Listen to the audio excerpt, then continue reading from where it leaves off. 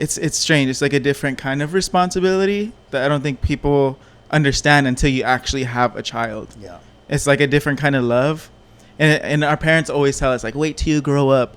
And like, you're like, shut up, you know, but they're right, you know. If they're right about something, it was that. It's like, wait till you have a child and see like real love, you know, because like now, like now I feel invincible almost. Oh wow. Because my child, you know, because like now she's like, every time I see her, it's like motivating me just to be a better person, like not just a father, but just be a better person. Welcome to Guys That Listen. I'm Peter, and today we have special guest Anthony on the pod. Yo. Hey. Yeah, what's up, you guys? Yeah, my name's Anthony Martinez, and yeah, I'm super happy to be here. Thank you for having me. Yeah. I grew up in San Gabriel Valley, but also all over California. Currently live in Torrance. I'm a human being. I'm an educator. I love people. I love communicating with people and helping people communicate better.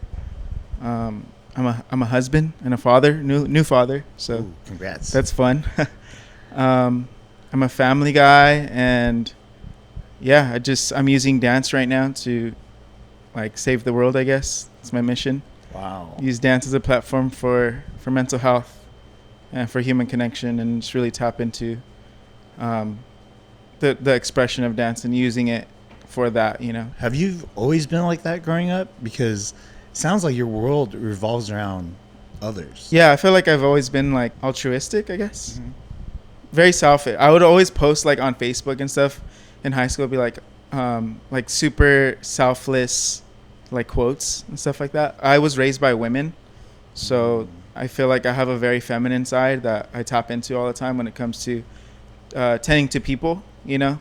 I think women have better listening skills than men do, and they just are like softer with their presence, you know. So I think I was able to absorb that from my mom and my grandma, and yeah, I think I've always been like that kid.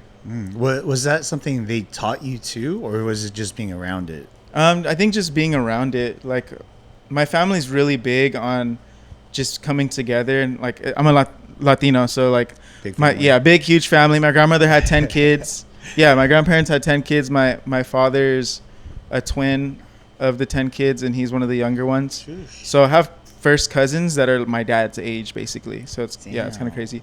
But just seeing my family come together, and then all the women, especially my grandmother, she was like the heart of our family. But my nana, she basically raised me for a good amount of time when I was little, and she was like very coddling. Like, she just like spoiled me, you know.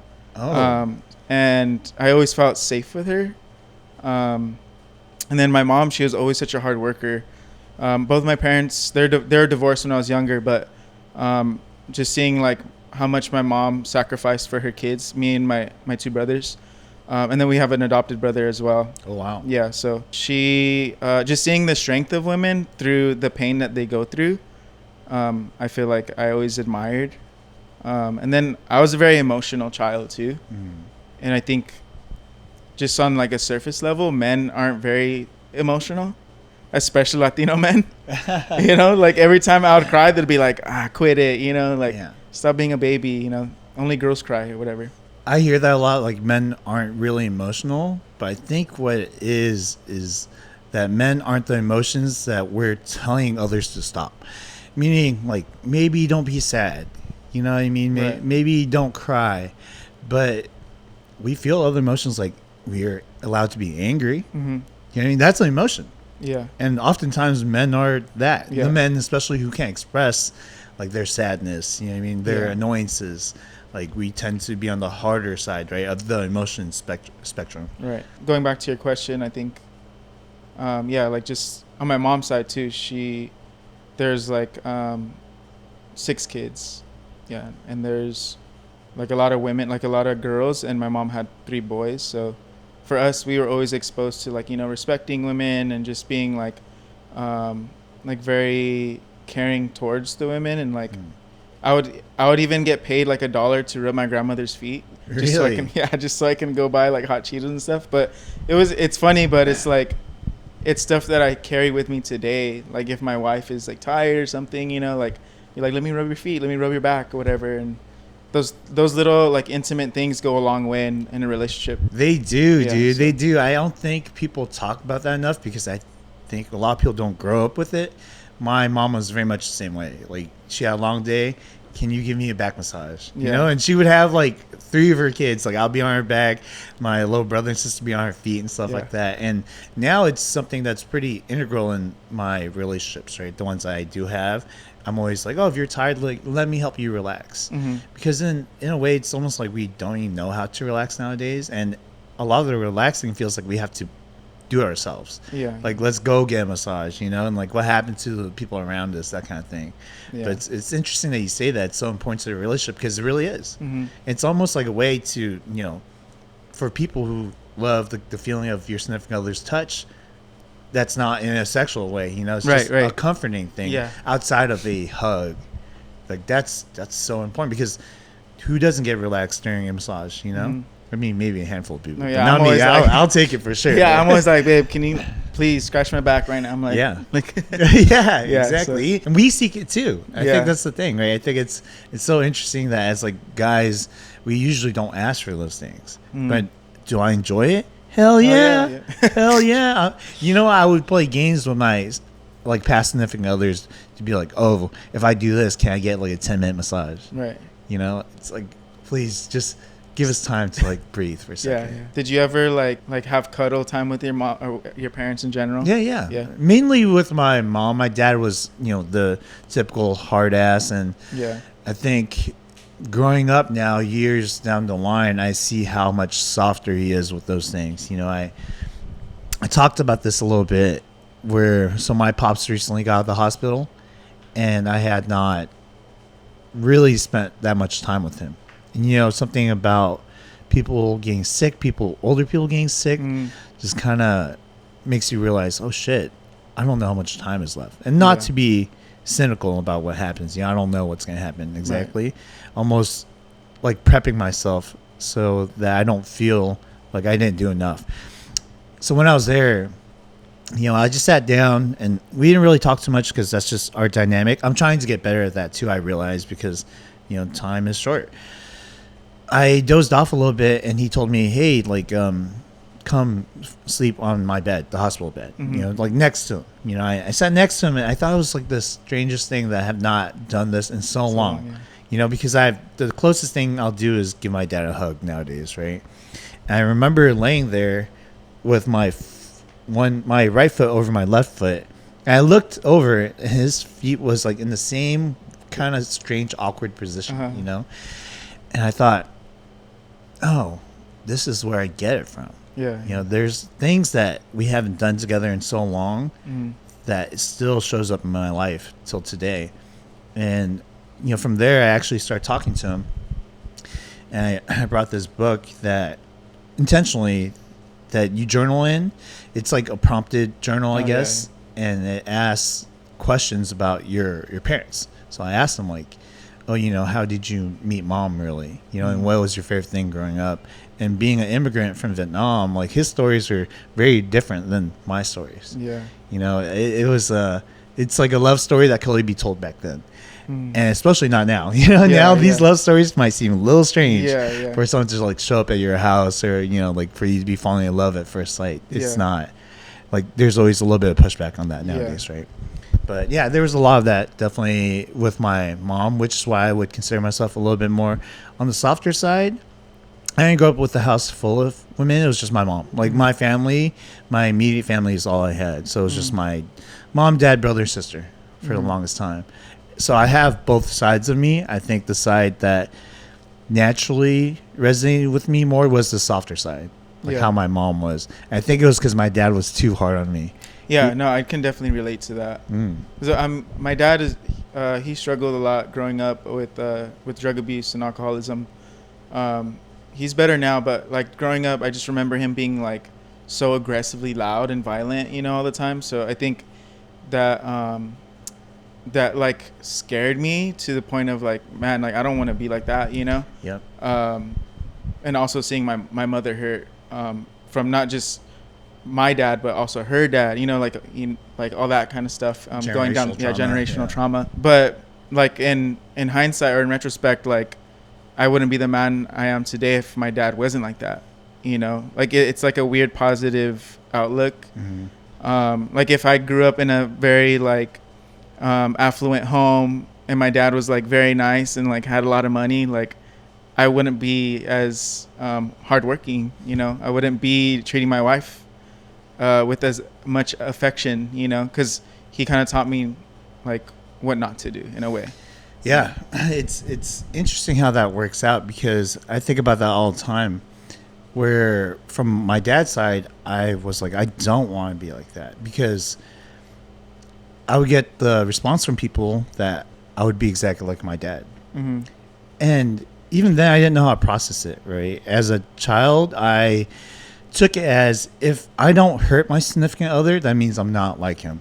But what I did in turns was I was very masochistic. Like when I was frustrated, when I was mad, I would just hurt myself. And that looked psychotic just as well, you know? Yeah. And in a way, it kind of left my conscience feeling a little more light, because, oh, it's not like I hurt them. I just hurt myself. So indirectly, I'm not at fault for any of that. You know, directly, I'm still hurting the relationship. Right. You know, there's still a bad look, right? I'm still hurting myself. They're still worried about me. It's still not good overall. And that was just a child not knowing how to process these emotions and what to do.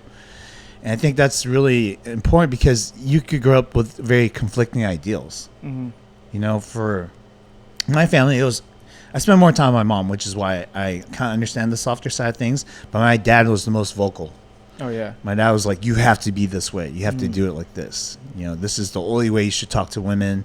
You know, you can't be too affectionate. You can't care too much, things like that. And funny enough, being around my mom, I was able to kind of pick a side. Yeah. You know, even though he wasn't very happy about what side I picked. Yeah. But growing up, you mentioned that you feel like you affiliated more with the feminine side because you were you basically surrounded by women growing up. Do you feel like it was very conflicting, especially as a child? Yeah. Also, like, I feel like our stories are really, really similar, but I think, like, again, I was very expressive at a young age, and I was very emotional, and like it even got to the point where I would just act out and like pretend I was crying to get attention, because when I would be crying, like actually crying, like nobody would care. Like it'd just be like, stop crying, you know, like get over it, you know, kind of stuff.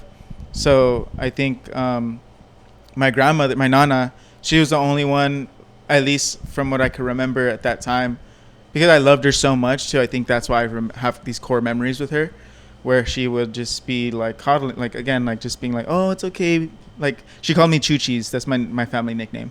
She's like, my baby Choo-Cheese, come here. You know, she would be hugging me and like, all right, you want a bottle? I was like five years old. She's like, I'll give you a bottle. Just don't tell nobody, you know? But yeah, she just spoiled me. But also like that respect I had for her, like she would just do this under the table. Like, I'm going to spank you. She never really hit me, but like just her doing this, like would like make me bawl because I disappointed her, you know? But yeah, I think like seeing how my dad was and seeing his brothers, like they're all Chicano, like some of them were gang members, you know? And then seeing the women like gossip and cry and like their side of things too. Like I always, I always just felt like I couldn't pick, like, because if I was too hard, then like I wouldn't be able to express myself how I wanted to. But if I was crying, then like I'm not being man enough, you know? So yeah, I think that's why I chose dancing. I started dancing when I was 5. Oh wow. Yeah, like my mom's sister, she actually taught me like boogaloo and popping and the robot, like because she used to do 5? that. Yeah, that's well, like it was like the arm waves and stuff like that at first. But the reason why I loved dancing at such a young age was because everyone would be like positive, like attention instead of negative attention. Like it wasn't like I was being expressive and they're also supporting it. Whereas like if I was at home trying to say like, Mom, Pop, like why does this happen? And it's like, never mind, you're just a kid, you don't know nothing, you know. But I was really curious. I was really like asking a question, you know. And I've always been that way. So I think in general, and it's funny because I just read about this today. I think in general, all kids are creative, right? They're all very expressive, and when your feelings and your emotions and what you want to convey is dismissed, then you find a different outlet, which I think a lot of kids do. But one of the things I learned today was it's called a secure base. Do you know what that is? No. So they did this test. It was called a strange situation test, where they had parents and their kids in a room full of toys, right? And they would have the kids play with the toys. These are brand new toys, so the kids are just lost in these toys. They're playing around, and they tell the parents to leave, right? And the kids, once they're not preoccupied with the toys anymore, they look around and they realize their parents are gone. And all of them had the same reaction. Like, they would freak out, like, oh, where's my mom and dad, you know, until the parent finally came back, right? And when the parent came back, the kids' anxiety and stress kind of like went away, right? And as soon as that happened and the parents calmed them down, the kids went back to playing with the toys and just being curious about what's out there. And that means that the parent is a secure base, meaning they feel safe and secure in order for them to kind of be enamored with the things that they're curious about. Right. And without it, the kids are just freaking out. They're not really playing around. They're not creating. They're not being curious. And you see that in a lot of kids where, you know, there's like a distance being built. But that also teaches you or tells you a lot about the kids' habits. So some kids, as long as the parent is within a certain proximity to the kid, they'll still feel safe. After that experiment, some kids won't even allow the parents to walk like a foot away because they feel like the parents might leave. And that's like really important in even our adult lives, right? And that plays a role into our relationships.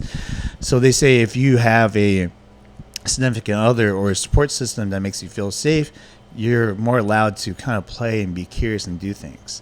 But if there's people who dismiss how you feel and what you're doing, then you're more reluctant and less likely to do it.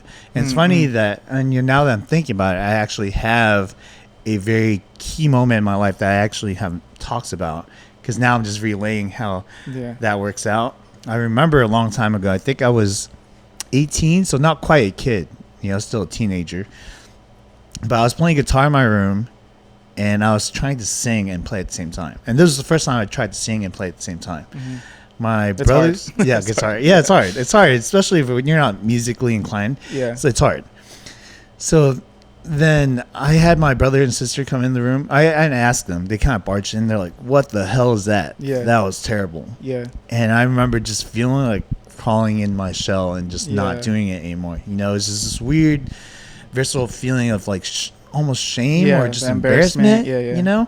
And it stopped me for a good while, to be honest. You know, I think I wasn't able to process what was going on within my own head, except that I knew the feeling of embarrassment because I got cold sweats. The hairs on my arms were standing up. I was just like, what is going on?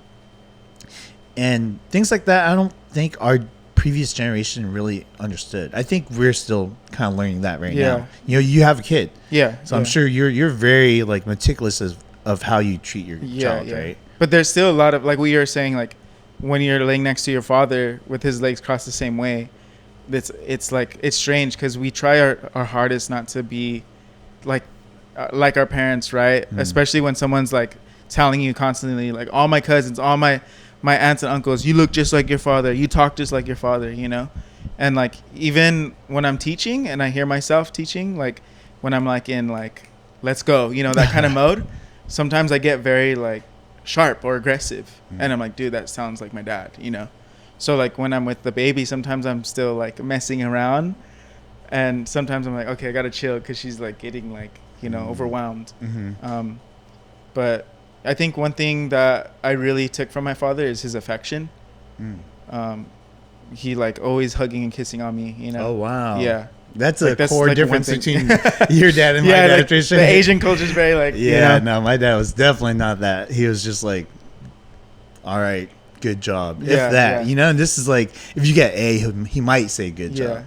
But other than that, he was not affectionate at all. Yeah. And I definitely didn't learn it from him. But it's funny because now that I know how to show affection, I use it as a weapon against him. Yeah. So when he's like crumbles. stern, yeah, when he's stern and he's like trying to be mad at me, I'll just, I shower him with love, right? Yeah, I pop, give me a coddle hug, him, like- suffocate him with love, right? Yeah. And he'll tense up because he doesn't know what to do with it. Yeah. I see his body language. He'll just be like this, like, oh, get off me. Yeah. But then eventually he lets his guard down and, he just But you accepts know what's it. funny? I try to do that with my father, and sometimes he's like, stop. But like if he's loving on me, like I have to take it. Oh, you're my dad, all right, whatever. But yeah, he'll even yell at me, come on, let me give you a kiss. I'm your father, Yeah. But if it's the other way around, I guess like it's the same. He grew up, like where it's like it's not normal for men to be that way towards each other, I guess. I think it's also in general society, dude. Now that you said that, I remember something very key. Also, another part of my life. I remember I was in 6th grade. We had gone to the skating rink, and my mom has to drive me there, right? Because I'm a 6th grader. And I can't get there. And before I went to go skate around, my mom asked me to let her kiss me, like on the forehead. And I remember thinking, oh, I don't want any of my friends to see this. So I poked my head out real quick, and like I don't even think she got to kiss me, and I skated off. And even then, I was thinking, I hope no one saw that. Yeah. And it's weird. What is a 6th grader doing thinking that? Yeah. Isn't that strange? It is strange. Yeah. It is strange. And, today I was thinking about how hard it is to discern between what thoughts are actually ours and what has been kind of imposed on us. Right. Is this a societal thing? Is this like a genetic thing? Is this how I grew up with my family? Is this something I learned from TV? Like, what is really me and what is something that someone's imposed on me? Right. Our emotions can trigger thoughts. And in that moment, you probably felt like that embarrassment you're talking about before even it occurring, Yeah. So like you're like, okay, I'm gonna refrain from like letting this happen, so I don't get more embarrassed by my friends like calling me out. Yeah. So to kind of go into what you do with teaching and how you want to save the world with dance and mental health. How did you become that person? Because to me, what I'm understanding now, why I care so much about mental health is because it's happened to me. Yeah. I've become more empathetic because now I've dealt with my own struggles and my own issues. Was there something that happened to you? Yeah, definitely. Well, like I said, I've been dancing since I was a kid, since I was 5. But before, during high school, I was very competitive, and I was spoiled because I had great dance teachers, great mentors. People sponsored me. Shout out to Mr. Tong. He from Alhambra High School. He literally paid for all my stuff for competition. So my mom couldn't afford it. She was a single mom at the time, so she couldn't afford it. He helped me out, and then I was determined to just win first place for my solo category competitions. And during that time, I was very I don't know, because I was so competitive. I got fat headed, I was I'm the best, I was cocky basically. And then when I went to go to the collegiate scene, I was humbled real quick. But even then, when I got there, I was I'm going to be the director of the team, and I'm going to be the best. I'm going to place, So for a long time, that was me. I was Mamba mindset. No, I'm going to beat everyone, And then somewhere along the lines, as a director, I started to get too much with certain people. And I think as we grew up too, the new wave of people were more emotional than we were. So when I would say stuff to them, it would be too much. I was they would say oh, you're being a dictator right now. You're not being very kind to what I'm feeling. You just want what you want, which was to win, right? Yeah. I'm trying to make you the best dancer here. Don't you get it? But I learned the hard way because I did make people cry. I made people mad. I went against my word sometimes. I was oh, if you guys don't come to practice, you're not going to be in the routine. But for some people, I gave leeway to because I was trying to save the energy, I guess, of the whole team. I was sacrificing myself to help this person not complain about not being in the routine. Yeah. But yeah, I got called out a lot, and I had to learn the hard way, like I said. And then going past that, like in 2022, around the same time you got back into podcasting, right? Yeah. So I was going through like a really dark time. Like I think I was just spiraling like mentally because I felt like a lot of pressure. A lot of my friends were getting married. Some of them are getting houses, some of them are getting pregnant, all of that. And at this point, I'd been with my wife for like 8 or 9 years already. So it was already like, it's time for us to like really like figure it out. And I went to a friend's party in San Diego, and I ended up trying to like end my life there. Yeah. So I tried to overdose, but it was very like weird because it was like almost subconscious. It was almost like, oh, I'm like, this is what I'm supposed to be doing. And when you get to a point of like intoxication where you're just like, okay, I'm going to die now. Like that's kind of like the path that I was going down in that night. I was like, okay, like I'm done, I'm throwing in the white flag, like, or the white towel, whatever. So I actually like ended up trying to drive home the next morning, but I was still like cracked out, I had done like a plethora of drugs that night, and then I drank like a whole bottle of tequila, and I was blacked out, so I don't even know. So the next morning I'm driving home from San Diego, and I'm like in Corona and on the middle of the freeway in traffic, and I feel like I'm having a heart attack. So I'm like, okay, like I'm going to die now. Like I'm going to go, but like I was terrified, like when I had that feeling of like, ooh, like in and out of like reality, it scared the shit out of me. And I was like, no, I don't want to go, I don't want to go. Like I'm going to fight this. So I called my wife, and I'm like, hey, like, I think I'm having a heart attack. And she's like, well, where you at? And I was like, I'm pretty far. I'm in Corona from Torrance. So, I couldn't call an ambulance. So luckily I was able to get an Uber from the freeway, and then he took me away, and then I went to the hospital. And, at that point, my wife had shown up to the hospital. My mom came, and the doctor like chewed me out, which is a crazy story too, because the doctor was Latino, and he like just reminded me of like an uncle. And he came in and he's like, dude, what the hell are you doing? He cussed me out. He's like, what the fuck are you doing? What the hell are you doing? Whoa. You're like, look at your girl. Like, look at her. And I don't know, at that moment I was already feeling like shit, for one, and two, like I was like very deeply depressed at that point.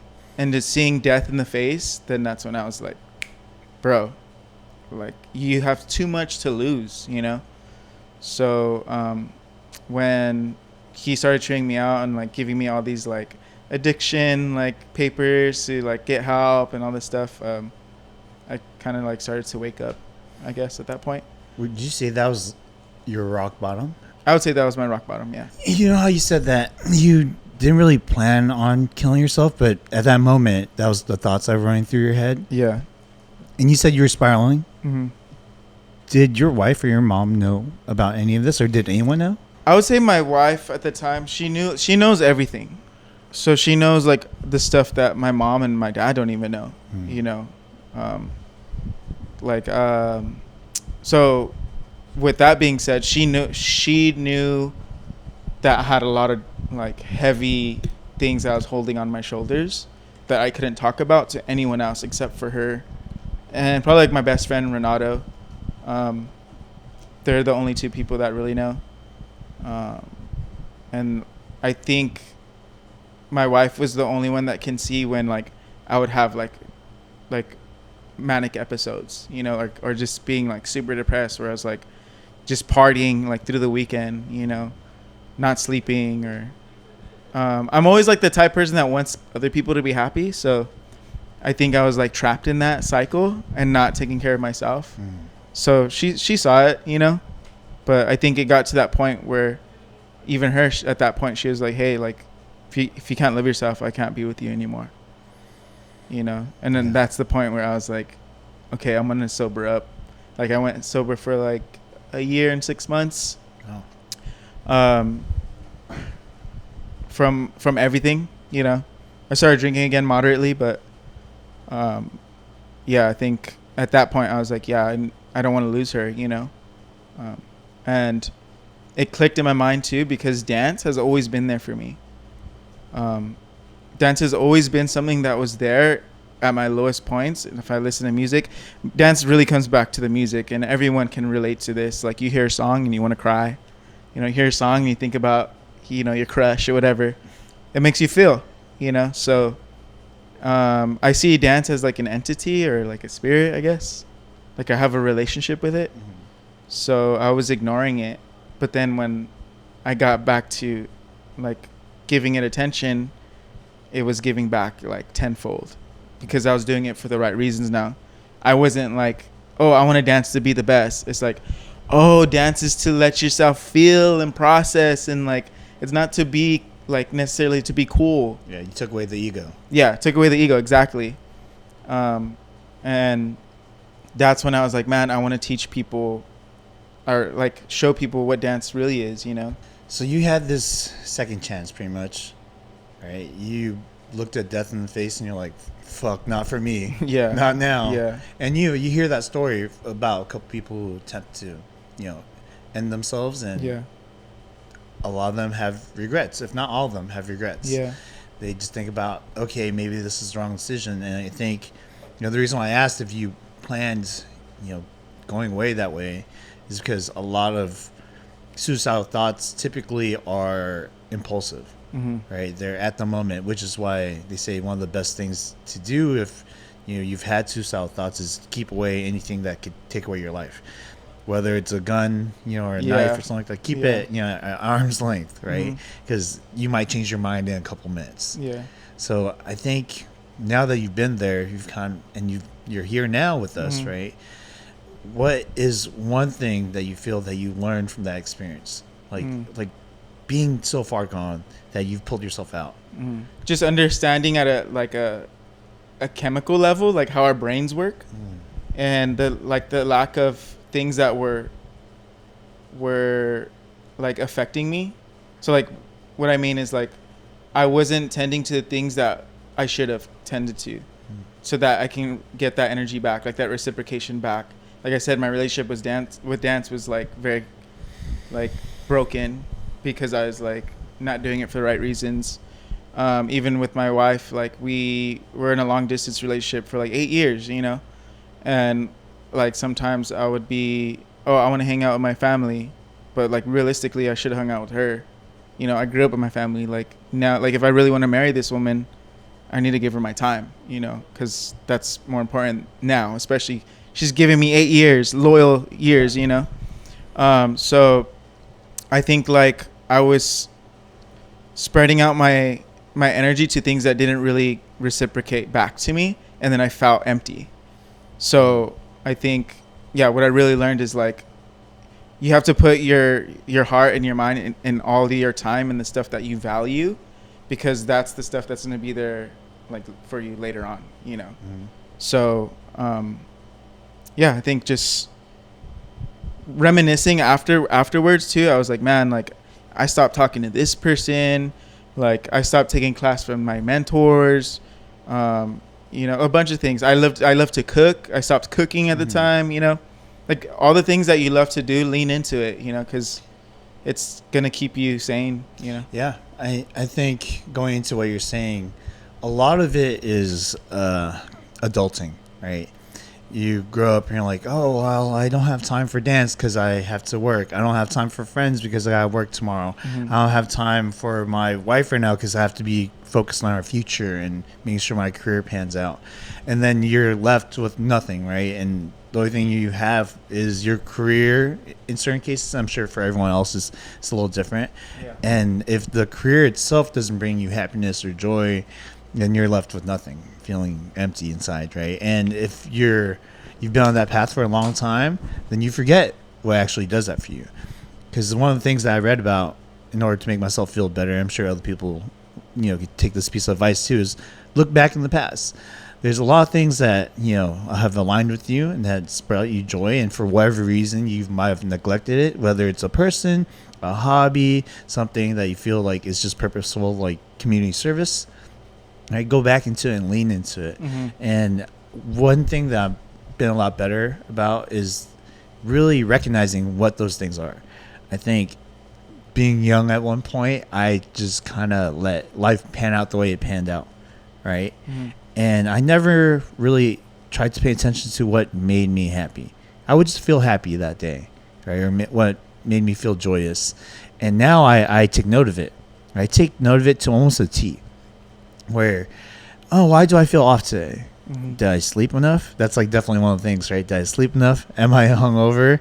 Yeah. Did I get into an argument with my significant other? Did I get into an altercation at work? And all those things. Like I note down as much all the things that make me feel good, also all the things that make me feel bad, right? And I try to lean into the things that make me feel good and not really emphasize too much on the things that make me feel bad.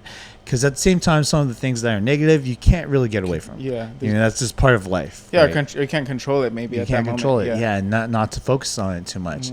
So I think that happens to us more so as we grow older because of the feeling that we have to be responsible for so many things. And you, in your case now, the fact that you got out of it and you're a father now, you're more responsible for things now more than ever, right? You're responsible for another life. So in that way, I want to ask you, being responsible for another human being, do you feel like that gives you more purpose? Oh, yeah, definitely. I think people should have kids, like at least the good people. I don't know. Like I'm just out of that conversation. No, I feel like it's weird because I knew that I was going to be a father at a young age. And for my wife, like being a mother, that's like one of her biggest goals in life, And now that it's here, like it's like almost like I knew. It's strange. It's almost like I have a relationship with my daughter like before she was even born, because I would have like dreams and visions and like talking to her when she was in her belly, and like I like when I see her now, I'm like, you are exactly how I imagined, And I think because of the fact that it was a goal of mine, I treat it a little bit more like not as surprised, like, oh, like I'm already, like this was my destiny almost, and like the responsibility part, of course, like you're gonna feel like, oh man, now I have to like take care of this little human, but I think like right when she was born, it's like instinct. Like right when I heard her cry, like you can feel your hormones like just switch. Like I like stayed up for 2 days after that at the hospital, like just one eye open, and there's a lot of stuff that people don't tell you when you have a kid, which is very stressful. Like the nurses come in every 2 hours and they like poke your baby to get a blood test. Yeah. And you're like trying to sleep, and they like come in and they like make your baby cry. So that all that stuff is like very surprising, but I was like, it's okay. Like I got you, and then the mother goes through so much. So that's like another thing that I was like, I have so much respect for women even more now, just like to their body and like seeing what happens, it's just a lot. But I think going back to what I said earlier about people should have kids, like just generally speaking, you will be a better person if you have kids. The people that like end up hurting their kids are hurt people too, and we have to understand that, but if you have the means to, I think a lot of people nowadays are scared. I talk to this with friends a lot because like the dating culture now is very, very strange. And I'm so happy like I don't have to date anymore. And people might get pissed off at me for saying this because they're like, well, fuck you then. Like, dude, you have it all set or whatever. But it's hard work, and it's also like people are afraid to have kids, but they know they kind of want kids, There's something like very like primal about like, even like talking about sex, like when you see someone you're attracted to, like that's your human nature. Like, oh, I want to like reproduce with this human being, So I think people are in denial about having kids. For some, it's not for some people. I get it. But like I always try to convince people like, well, what about this or what about that? Like I think it's circumstances, Okay. So I personally think that because we're evolved and we're not just in our primal states of just procreating, because back then there was no such thing as loyalty either. Right. You would just, the only loyalty you had was when she was pregnant with your kid for 9 months or so, right? But even then the males are not loyal, right? Let me impregnate more women so that way I could survive and ensure the survival of my tribe. Yeah. Right. But now that we're at this point in society where we could think for ourselves, we could be deliberate on having kids or not. Right. And I think there is, to a sense, like maybe an urge. You hear about baby fever. That's like something that's very common, right? Even for people who don't want to have kids. But to be conscious of like, why am I here and why am I doing it? Is this just my primal nature?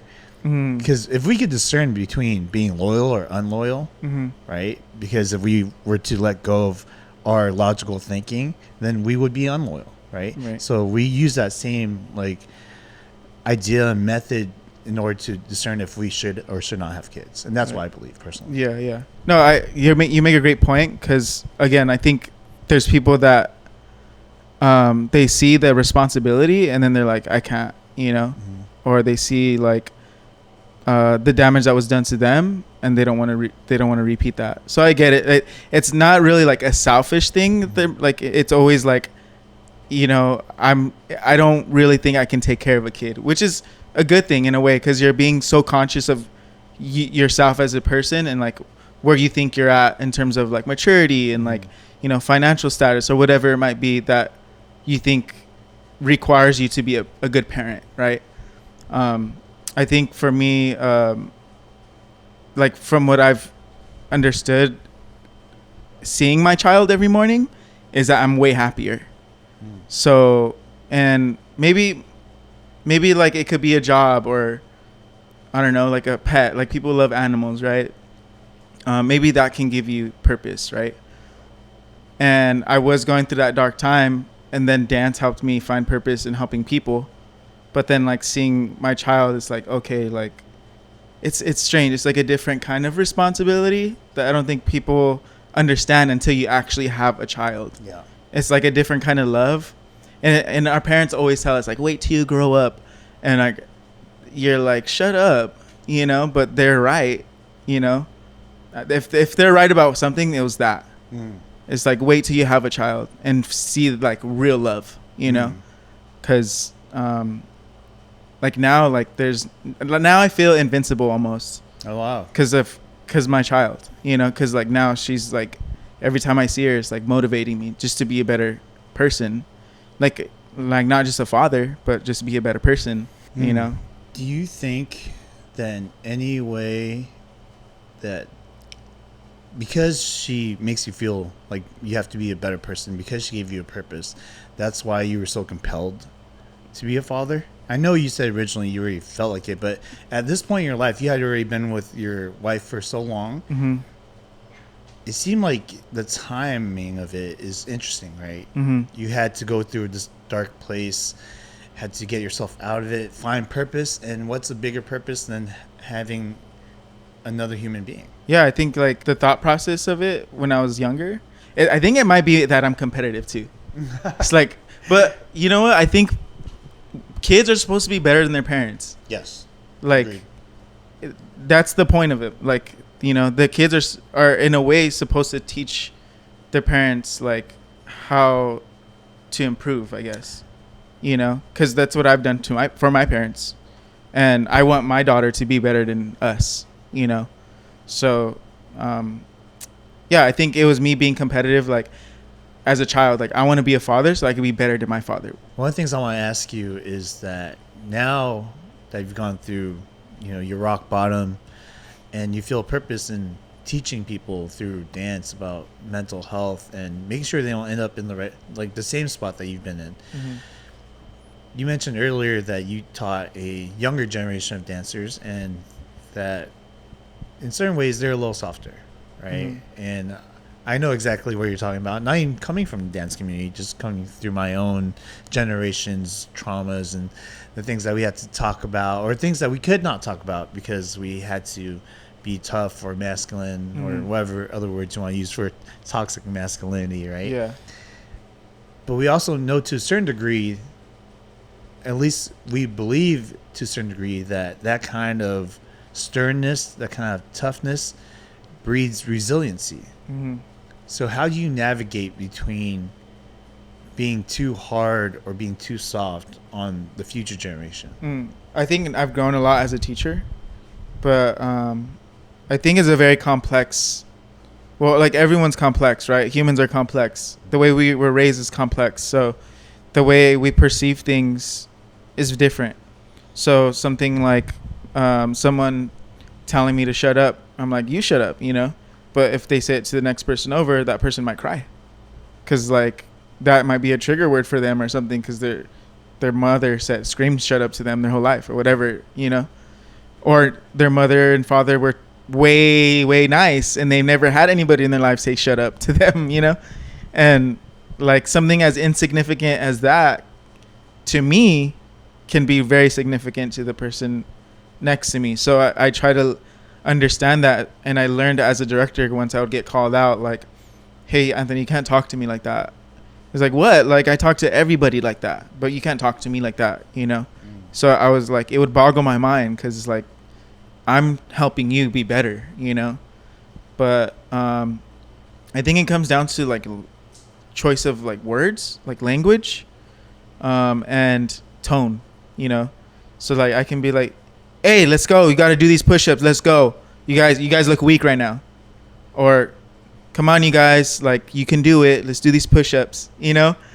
It's like the same thing, but one's more positive, more affirming. And one's more like, you're kind of calling them out, too. You're kind of like, stop being weak, you know? So there's, like, I had to learn how to navigate that. And if there's people, like, our age or, like, you know, people that have been in the community for a long time, but they're still younger, I can talk to them like that. Like, and I can be very sarcastic. I think one thing I learned how to do really well is be sarcastic, but, like, say stuff like, come on, y'all, like, find it, pick it up, you know? And people would be like, okay, like, it's funny, but it's like, also, I'm kind of serious, you know? Yeah. I think I get what you're saying. Yeah. I believe the way you talk to certain people, sometimes it requires building rapport. Yeah. Right? For instance, if, you know, we're buddies and you tell me Yeah, shut up, definitely. I will tell you shut up back, Yeah. right? But if it's a random ass stranger out in the streets where we have no connection at all, Exactly, yeah. I might be like, what the fuck did you just say? Yeah. Right? And I think it's the same thing, right? We're both telling each other the same thing. It's the relationship. It's the dynamic between us, right? Which I understand because I've seen that in friend groups, and I'm pretty sure you've seen it too, where people get too comfortable too quick. Yeah, that's me. Oh, you're that guy. Guy. So Yeah. how do you, now that you know that about yourself, how do you become self-aware enough to be like, oh shit, you know, maybe I'm overstepping right now? Yeah, I think because I'm aware of people's differences now, like I'm more aware of it. I think it kind of like was bad for me actually because it made me, you know, like how you're saying, like when your siblings came in and they're like, what the hell is that when you're playing the guitar? That embarrassment can carry on and you actually stop, right? So for a while I stopped being myself, like that open person, like, what's up, you know, like we're friends now, you know, like because I was like, I don't want to hurt this person, you know, I don't want to like push this person away because I'm too much or whatever it is. So I think I'm more like I kind of like take my time a little bit more, but I'm still very open.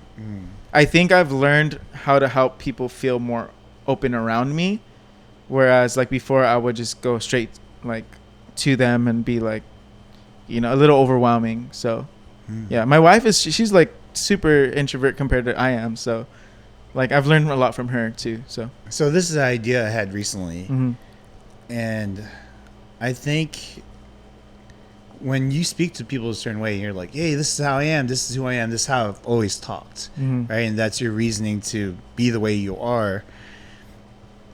I think sometimes it's tied to a little bit of ego, right?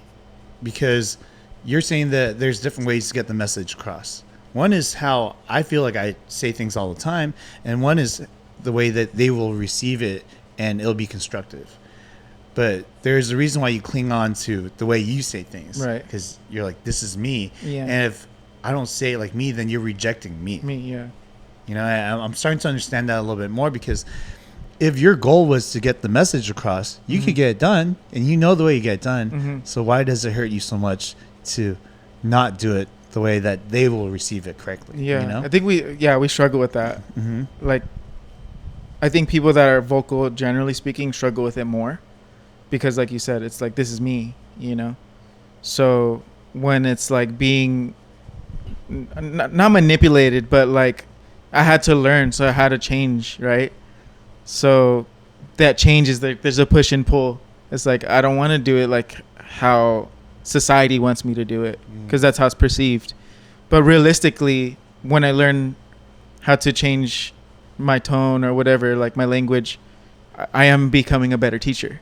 So like understanding that I'm growing too, instead of being like the ego, right?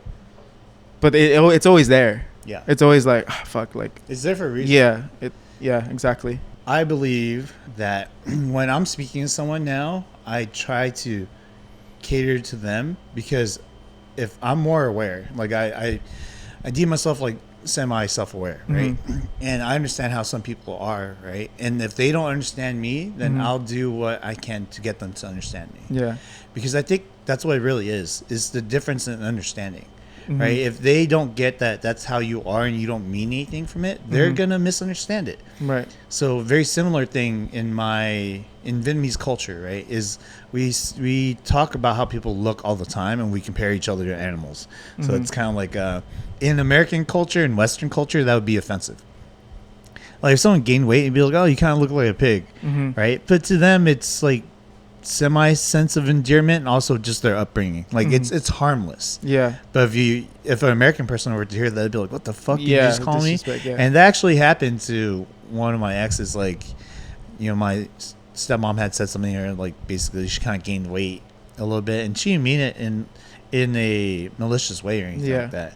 But my ex took it as like, "What the fuck did she just say to me? That's so hella offensive." Yeah. And that's because there's a gap between the understanding of each other's cultures, right? My stepmom wouldn't have said that if she understood that that's how Westerners think. Like, that's offensive. Yeah. And my ex probably wouldn't have mistook it as like she's, you know, telling me something very negative about myself, if she understood that my stepmom meant it in a very harmless way, just to point out like her figure. Yeah. Do you feel like? Sorry. No, go ahead. Do you feel like you struggle, like growing up with your father in particular? Like, do you feel like the stuff that you've gotten from him, like you have to kind of like tone down around certain friend groups, or like, you know, like the banter of like the man, I guess, you know? Early on, when my dad was telling me some things that are very toxic, like, oh, don't call her for 3 or 4 days, or don't show her your emotions, it was very easy for me to discern that that's not the way I want to approach things, because right then and there I could feel it not align with me, because of how my mom would talk. She's a very kind, very sweet lady, right? But there are things that are just still instilled in me that I fight and struggle with, such as like the man needs to be right. Yeah. And that I didn't understand at the time, because I kept on pressing that situation, that it was actually, I was not only scared of hurting my ego, because I would be wrong, because no one likes to be wrong in general, right? But that would also tell me that my dad, who was my hero, you know, back then when I was a child, is also wrong. I think that was something that I had to process through time, because, you know, you live through your life a certain way for so long, right? And for you to be moved or changed just means that maybe that wasn't the best way for you to do it. And to admit that you spent so many years of your life not doing the best thing or the best version of yourself, it's hard. It's a hard pill to swallow. And I've only come to realize that I've become more empathetic or more compassion, like I found more compassion, because I try to understand things a little bit better and understand that there's always ways to improve. Yeah. You know, and I think the idea of improving doesn't necessarily need to mean that you're wrong, but the idea no longer serves you to that degree, right? Because, you know, as with society and the way things are changing, like our thought process have to change, you know, like things that we thought was inherently right to do, such as not ask for consent when you grind on some girl at a club, we've come to understand years down the line that, okay, maybe that's not the best idea. Yeah. Right? Even And also to forgive, the previous generations that, okay, they think like that because that's what they grew up with. Yeah. And that change is hard. As you grow older, you're more set in your ways. So, another thing now is, we talk a lot about age gaps, Mm-hmm. right? Age gaps in dating. What's wrong and what's right, and a lot of the things that people kind of justify age gaps is like, well, my parents are like 20, 30 years apart. But also, those are very different times. Yeah. For that to be okay back then is very, very different times, Yeah. So then you could see now like where it lines you and where it doesn't. Mhm. Because who are you now?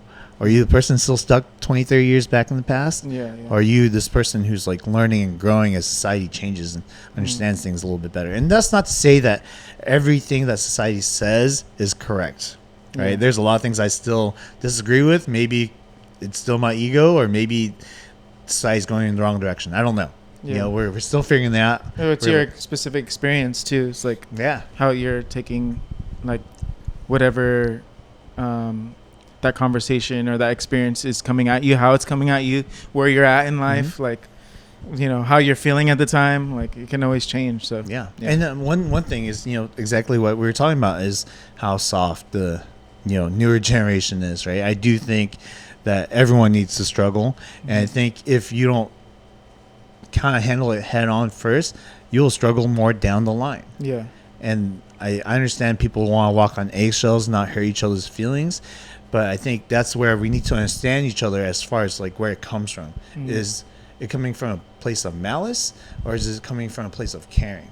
Yeah. Right. And I think sometimes it's hard to differentiate from, and like going back to one of the things that we talked about earlier, my dad, he would always tell me that he was right in so many ways, right? And that I'm wrong, that he knows better than me. And that was something that was really hard for me to accept as a kid because there was no reason for it. Going back to it's like our parents just know better, but shouldn't we end up at one point flipping that and knowing better than them? Right. If we're supposed to be better than our parents? Yeah. And understanding that, right? Like, I gave you the situation of how we bought a house this past year, and, my pops was like, oh, you're an idiot for buying that house. Like you spent how much? $750,000 on that house. The house was $100,000 when I bought it in 2008. And we still lost money on it. And for a while, it hurt me. Because I was like, why? For one, I don't know if Asian parents, but they love bringing it up multiple times. Yeah, like they'll bring it up even when you're doing something that has nothing to do with it. Yeah, right? You'll be eating dinner and you're like, remember when you bought the house for that stupid ass price? And I'm like, Jesus fucking Christ, Pops. Let me enjoy this fucking egg roll, man. What are you doing? Yeah. And then, I had to reframe my mindset. Like I had to really think, like, why is he saying this? Mm-hmm. Why does he have to have the final say? Why does he want me so badly to admit that I'm wrong? And even when I would tell him, hey, this house is actually worth $200,000 more now. Yeah. We actually covered the mortgage with the tenants. We're doing well for ourselves. Mm-hmm. That he'd be like, no, you're wrong, you're wrong, you're wrong, and I'm right. I had to think like, wait, why is he telling me this? Mm-hmm. Why is he repeating it so often? Is it because he wants what's best for me? Possibly. Is it because he's kind of insecure about his past decisions that have gone wrong? Possibly also. Yeah. Mm-hmm. Or does he just want to talk to me? Maybe he's just a voice that wants to be heard, and we have something in common now, right? Because a lot of it comes from a place of hurt and loneliness. And I thought to myself, hey, you know what? Instead of just disregarding what he's saying, I'll acknowledge it. Like, hey, that sucks that you like lost so much money in the house and it was difficult times. Mm-hmm. And, like we're doing our best to, make sure that this works out as a business. And, I'm listening to your advice, but we're also learning as we go. Yeah. We're also, if we make mistakes, we make mistakes. But right now, it looks pretty good. I hope that you support me, and I hope that you acknowledge it too. And sometimes, even then, it doesn't mean it'll be received well, right? It usually isn't. But if you speak your truth and you allow them to like hear you out, and you hear them out, then that's the best you could do. That's the best you could ask for. Yeah, that's really cool that you actually asking why. I feel like our generations kind of like, or at least like the older millennials, are trying to really help our parents in a way that's different from any other generations, because we are in that like shift of like social media when we didn't have it before, and now we see like, oh shit, like we have to grow still, and there's like mental health stuff and They didn't have any of that. Yeah. So now we're like more aware of like why, you know, like how you're asking, like, why is he behaving this way? And you're being more like introspective with yourself so that you can handle your emotions, because of like initially you'd probably be like, man, fuck you, like I don't want to talk to you. Yeah. Like if you're gonna talk to me like this, like I'm gonna go, you know. But now we're kind of like, because I do this with my parents too, it's like I can choose a certain way to talk to them to help them now, whereas like before it'd be like, Pop, stop doing that, like stop drinking, you're loud, da da da, right? And then, oh, you don't know, like I'm your dad, you know. And for a long time my mom was the same way. So now it's like they will actually sit and listen if I choose the right tone and the right words too. So that, again, like going back to the dance community, that helped me have a better relationship with my parents. You know, like thinking about it now, it's like I used the tools of like being called out and learning how to talk to people differently with my parents, because like it was always the same thing. Like it was just like we would just mirror each other, you know. Yeah. How do you get a different result when you have the same approach, right? Exactly, yeah. So, and it's funny because sometimes I still get anxiety, like, oh, we're gonna start like yelling at each other or something, but then I'm like, it's chill, like just relax, like just, you know, just sit with you, give them a hug, you know, like sometimes that's all they need, you know, for them to be like, what? I think a lot of times that's like, all they need. Yeah, it shifts a lot of the time the energy, you know. And it helps. Sometimes it's what I needed, you know. So like feeling anxious and stuff, and like my wife would just hug me randomly, and, oh, I feel better now, you know. So I think that, how do you feel about like not just like the emotional part of mental health, but like the chemical part in our brain, like the science part? I mean, I think it's super important. I think if there's anything I've learned in the past couple of years, especially really reading up on mental health and listening to podcasts about mental health, is understanding why you are the way you are is one of the biggest things to kind of clear your mind about how mental health is perceived. Because I think for a while people just viewed it as like, you have a lot of bad things that happen to you, that's why you're depressed. Yeah. But there's so many other things, right? Just literally a chemical imbalance will do that to you. Right. Yeah. On top of the things that you're actually going through, right? And what it is like we all feel the same things. It all comes from the same part of our brains, but how do we get there, right? Whether it's like a accumulation of bad events, or you're just born genetically predisposition to mental health issues, and I think identifying that, this is not like the podcast where we have professionals doing that, but going out and seeking that knowledge and seeking that help is super important. And I think it's hard because the last thing you want to do is think that there's something wrong with us. Yeah.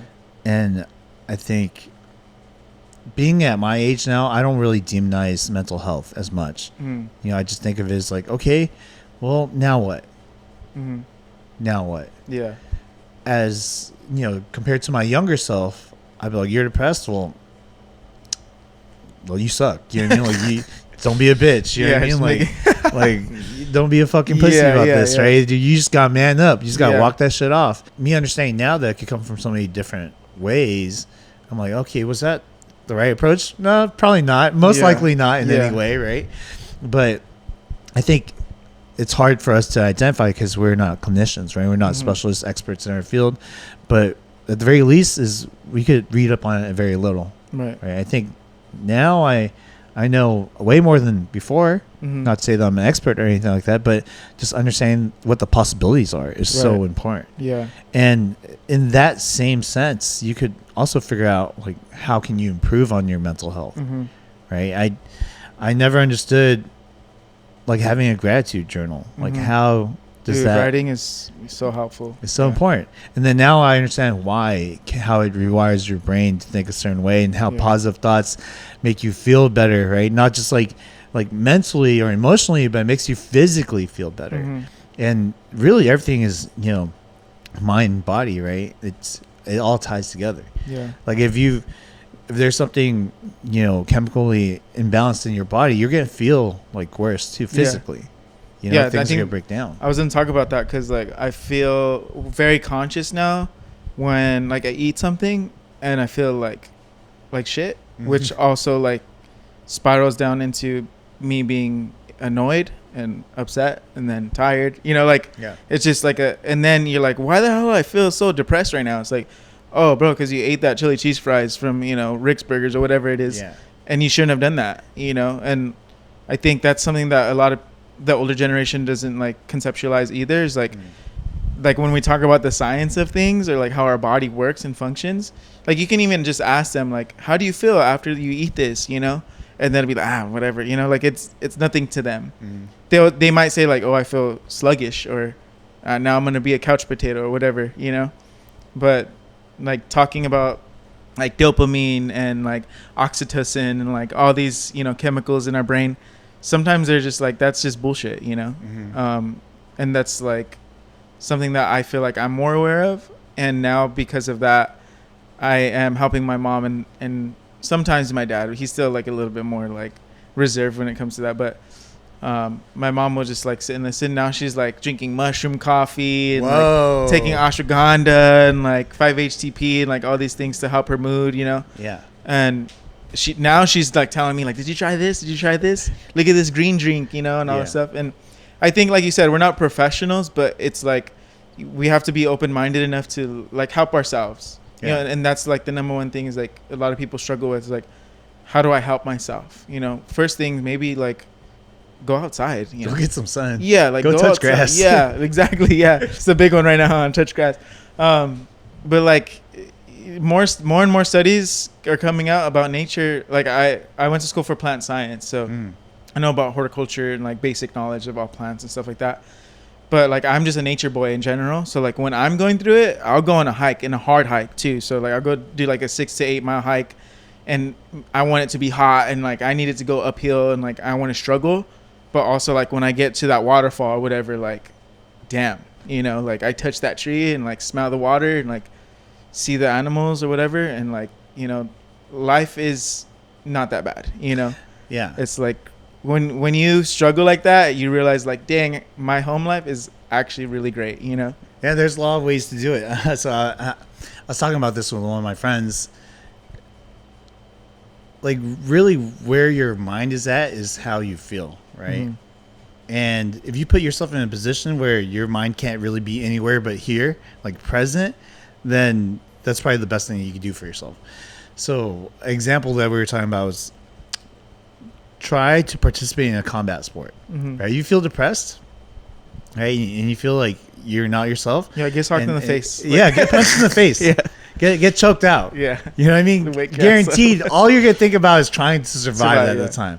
You're not going to think about how depressed you are. You're not going to think about how bad your life is. Yeah. It doesn't matter how chemically imbalanced you are. You're going to be imbalanced in the face if you don't watch out for that guy's hands, So it's strange because I see that a lot now. I see a lot of people, pursuing like a combat sport. And typically, other than the fact that you have to be very present and aware when you're there and you can't think about anything else, it brings in a lot of discipline. Yeah. So, people always say this. It's like there are times where you're motivated and you feel like doing something, but there are a lot of times where you're not motivated, right? Motivating is fleeting. So how do you continue to do what is good for you? And that's discipline, right? And finding that. And that's why it's like when people feel unmotivated to do something, the only thing that gets them out of it is either that moment of clarity where they don't think and feel like that, or they've been doing this shit their whole life, so they just stick to it and they habitual. Continue to do it. Yeah. It's habitual. Exactly. I feel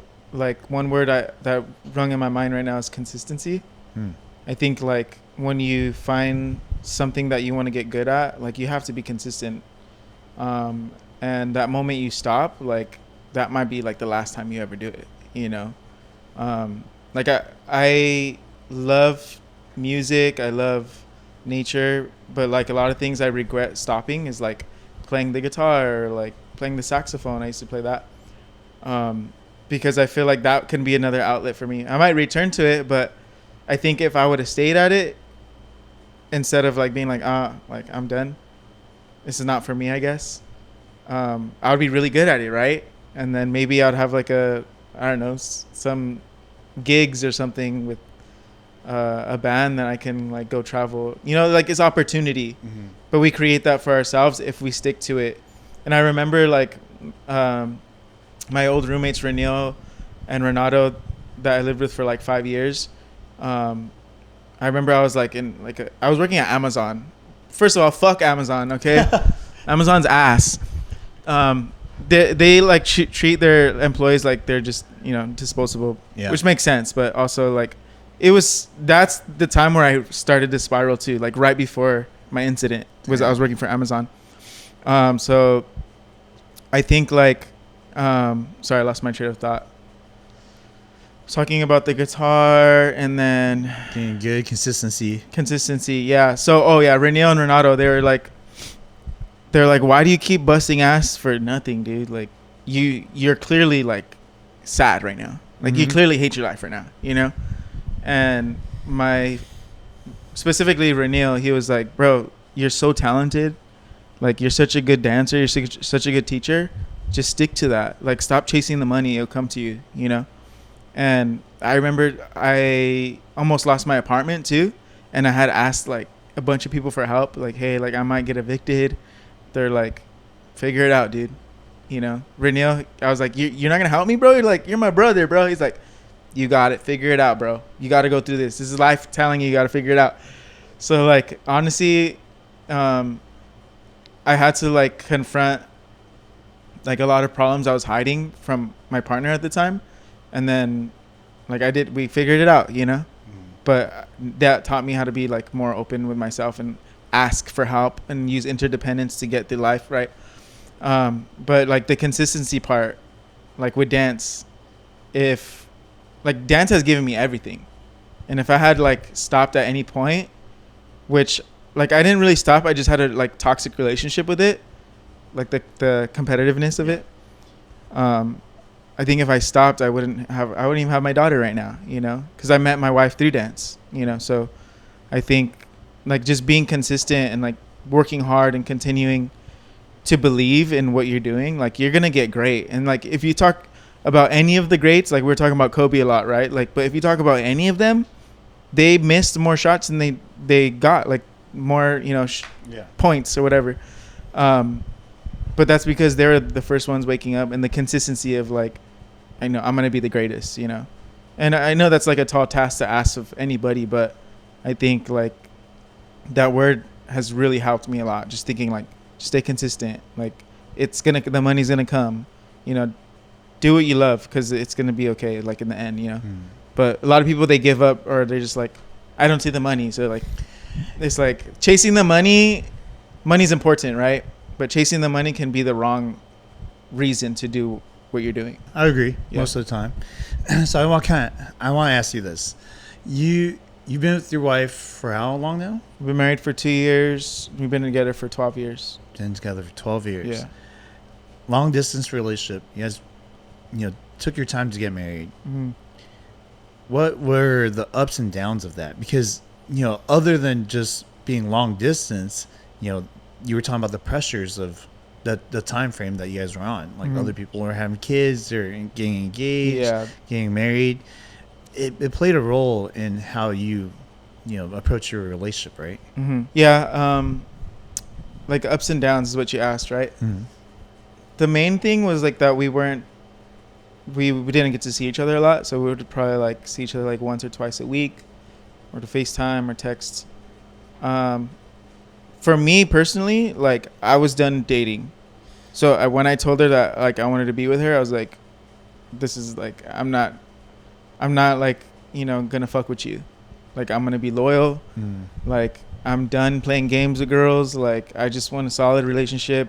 Like I'm a hopeless romantic. Like I just like I want to treat a woman right. And like I think like in the future, like you're gonna be a good wife and you're gonna be a good mother. I just see that in you, you know. And that can be like very overbearing. At the time, she was like, bro, like you're too ratchet, you know. Like wait, how long into the relationship was that? This was like we started dancing together, and then like people were instigating us because we were in a couples piece together. But I remember just telling her at a Halloween party that I liked her and I wanted a relationship with her. But she's Japanese. Her family's super Japanese. They're very conservative, you know. So for me to approach her and tell her my feelings was very foreign to her. And she's like, look, like first you're like very ratchet. Like she's like, you're ratchet.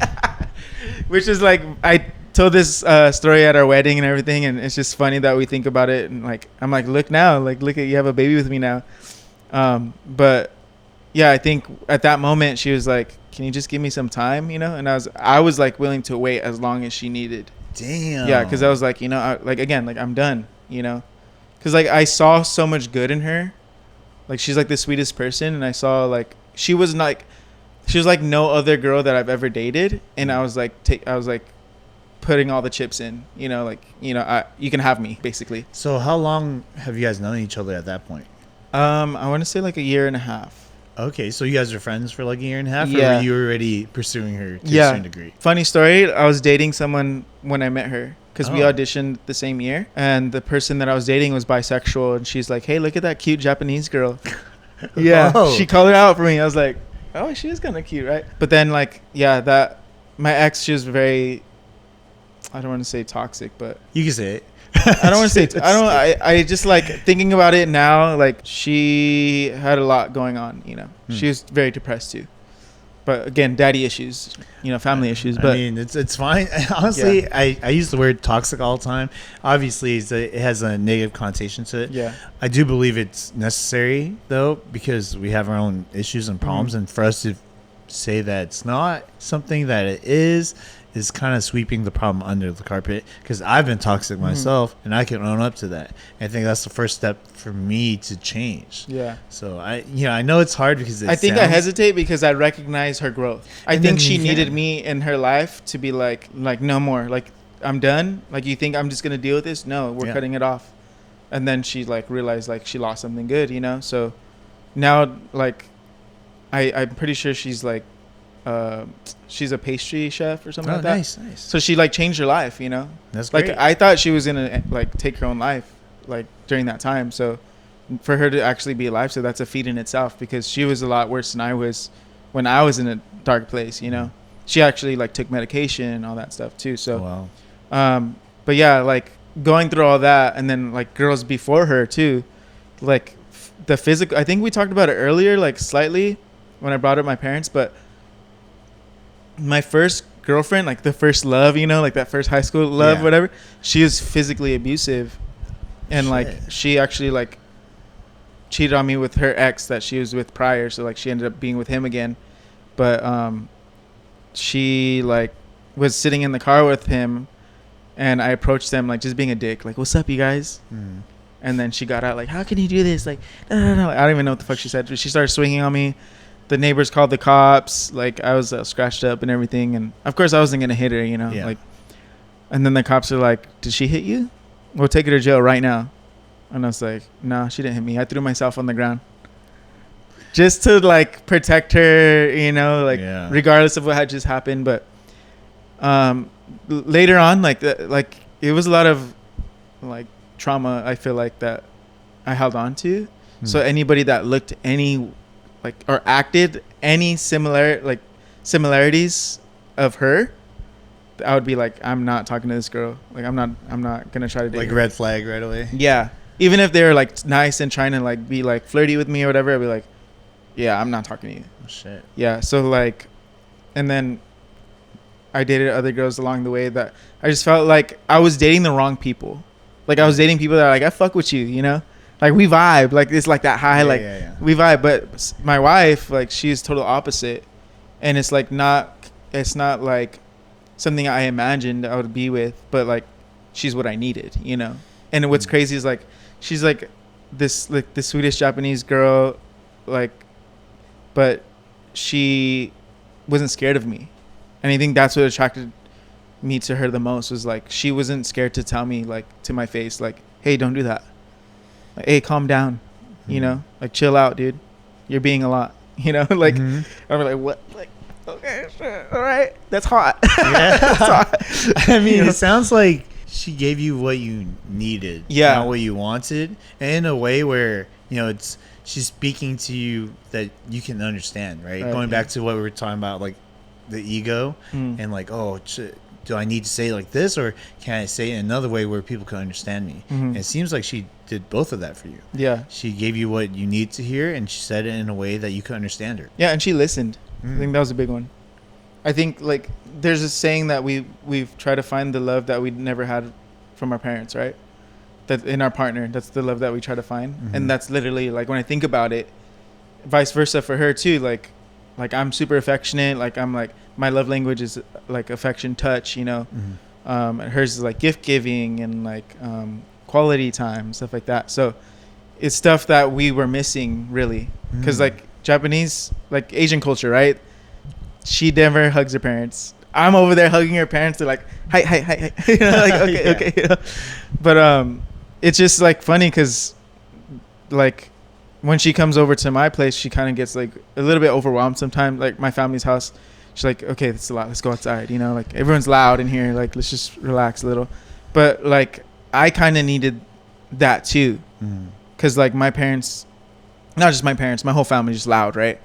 So when she approached me with this kind of energy where it's like, hey, don't do that, but it wasn't like cussing me out, Mm-hmm. It was like, whoa, that's different. But it's like, okay, I'm gonna listen to you though. Yeah, I know exactly what you mean. I had, so my family is very small. It's bigger now, right? Mm-hmm. Like once I got into high school, my parents brought like family members from Vietnam here, so it grew. Mm-hmm. But for the longest time, it was just my immediate family. And I've been with my ex-girlfriends who have huge families and they have family get-togethers and they're very warm towards each other.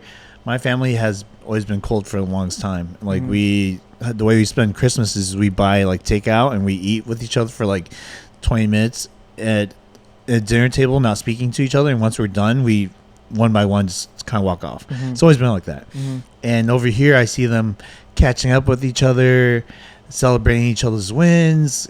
They give each other gifts, things that I've never experienced before. And to be honest, it was so awkward to me the first time. I didn't know how to feel because it was so new. Yeah. And I looked at myself. I'm like, why do I feel so awkward around them? And why? At one point, I almost felt like making fun of them. Yeah. I almost felt like, oh, that's like privileged people shit. Like you guys have a nice life. That's why you guys could like love each other. And I'm here thinking like, am I being just a little bit like petty about this? Am I just a little jealous of what they have because I've never had what they've had? Yeah. And I slowly opened up to it. It took me a while, but I opened up to it. I'm like, okay, I could kind of be one of you guys here and there. Still feels a little bit awkward, but it's like us being so uncomfortable with the love that we've never received, Yeah. And now I'm more open-minded to it, and I'm more aware of why I act a little petty or jealous at times when I see those kind of relationships. And it's like, oh shit, a lot of it comes from a place of like wanting more and not getting what I wanted, Yeah. But going back to the differences in family, you dated long distance. I'm sure there was a lot of things that you guys had to deal with that was caused by having a long distance relationship. How did you get past that? Like in simple terms, like foundationally, like trust and communication. Realizing what tools we had to continue our relationship and putting things in perspective. I think that's a big one, because if you think about our parents and like their parents, like my grandfather was in the war, like, and my uncles were in the wars too, like, so for them to like, our long distance relationship was privileged compared to theirs, because they wouldn't see each other for months. Your husband might come back with no arms, like et cetera, and they're like writing a letter, like, and you have to wait for the letter. You don't know if they're dead or alive. And even just regular dating back then, it's like you ride your bike to the next city over. There's no Uber, there's no FaceTime.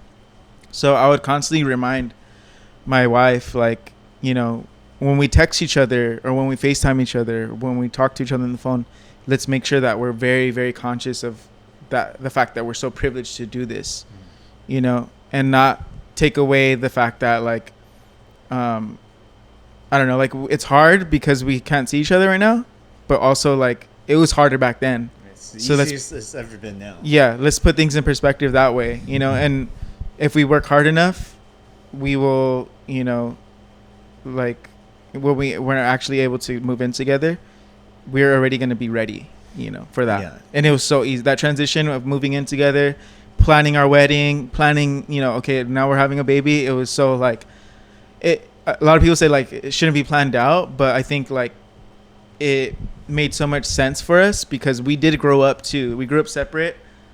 We did grow up different people, but we also grew up like understanding like, oh, I trust that you're gonna be there at the end, you know. So I would say it was, I don't know, this might sound like, I don't know, pretentious, but like it was pretty easy for us because I think we both had an end goal in mind, and it was like, I don't want to date. Like, why am I gonna waste my time? Like, I think I was so sure of myself with her that she was sure of us too. I think like, and then telling her like, hey, I'm not gonna have you calling me and being like, oh my gosh, why didn't you text me back? Or, oh my gosh, that, you know, like the little petty shit. That's what ends relationships quickly. And then I wanted to say this earlier because you kind of brought it up, but like understanding how to accept certain types of love, because you're saying with your family, right, giving gifts and stuff.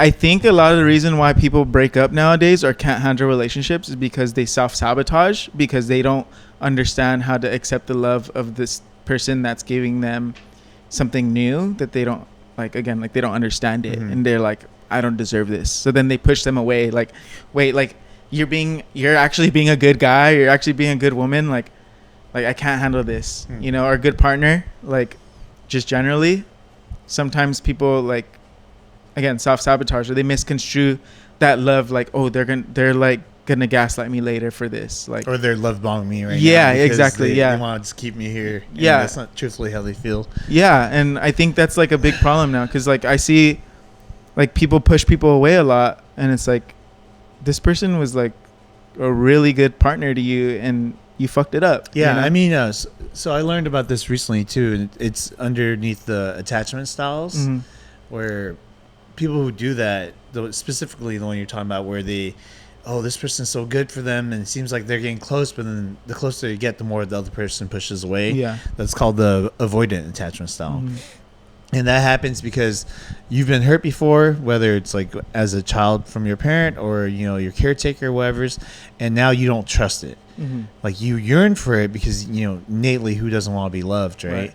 But then you're scared of getting hurt, so therefore there's always a barrier between you. So no matter how close you are, you can never get that close to them. And the closer you get to them, the more scared they are of being attached or being hurt.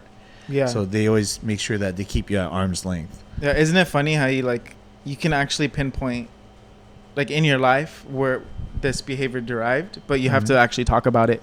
Oh yeah, of course. Know, and I think that's with me and my wife and I, like, the reason why it worked too was because we talked about it.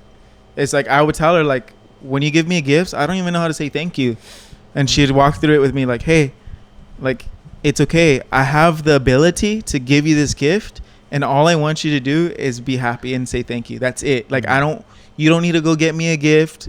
You know, just give me a hug and a kiss. Like, that's it. And we're good. Move forward. You know, like, that's it. You know, it's not, you're making it this big thing, you know? And I think, like, the communication part too, I think more so, like, we talked about this already, but with men, like, it's harder for us to even say it because we feel like little, or we feel like, oh, I'm a bitch now, you know, like, no, you're not, dude. You're like, you want to keep this person in your life, you know, you're going to do the work. Yeah. So. And going back to what you were saying earlier about learning the different versions of why people are depressed, whether it's chemically or just brought by stress. I mean, it's all chemical regardless of how you look at it, right? Whether the chemicals is just from what you're eating, or how your mind is reacting to all the things that are happening to you, right? And understanding something like attachment styles, it becomes more clear as to how you could communicate with these people. You know, I had an ex-girlfriend who was very anxious attachment style. I totally didn't understand it at the time because I didn't know what it was. And I think this is why I encourage people to learn more about why people are the way they are in relationships. Not just romantic ones, but even in platonic ones. Because this shows up in friendships too. A lot of the things that show up in friendships show up also in romantic relationships, right? And, you know, her doing things that I couldn't even comprehend. You know, I would be out and, you know, let's say I got drunk or something, or forgot to charge my phone. I would get like 50, 100 phone calls that night within like the 3-hour period. And, you know, in my mind at that time, because I didn't understand it, I just deemed it as crazy. You know, I was like, okay, she's crazy. Like, why would you know, and don't get me wrong, it's still very rational to do that. It's like very fear driven too. Yeah, but like, why was she like that? You know, I never understood those things. I know I didn't try to understand her. I think that's probably a better way to put it. Was I didn't try to understand her. I just kind of wrote her off, right? And now, you know, this is me learning this at like 37. I'm not young, you know, and I've become a better person due to learning these things, and now analyzing the scenarios and the relationships that I've been in, how I could have been better. You know, not to say better so that I could have maintained that relationship, but better for my future ones. Yeah. You know, and it's crazy that we don't learn these things that pretty much hurt the most meaningful thing for us, which is relationships to people. Yeah. Right? We don't learn how to maintain relationships. We don't learn how to talk to someone who's anxious or avoidant or depressed. You know? Yeah, I mean, there's no classes for that. Not really. Like that's like the one thing you just like that. Even with mental health, like it's barely like in the last 10 years, you know, it's been growing. But I think even when as kids, they just throw you into like a public school, right? I mean, even a private school, whatever kind of school, you're just kind of like learning how to interact with other humans, and like you might, you know, say something that make your friend cry, and it's like, what did I do? You know, like you learn that way. So I think like even with relationships, I wouldn't be with my wife if I didn't go through those bad relationships before too. So that's like learning too, right? It's like I picked the things that I really felt like I needed and wanted in my relationship, and it was like what it comes down to, I think, is like peace, you know. And like those people that I dated before weren't giving me that. They were giving me like a lot of fun and like a lot of like, I guess, ego boosting, you know, and like I felt like cool, I guess, with them. I don't know, like it's my first like the first love of my life. Like she was one of those girls at school that all the guys would be like, oh, she's pretty, you know. So when like I got her, I was like I'm cool now, you know. But I think that's just like little kid shit. Like 100%. Yeah, but chasing the trophy. But I think there's still people like that.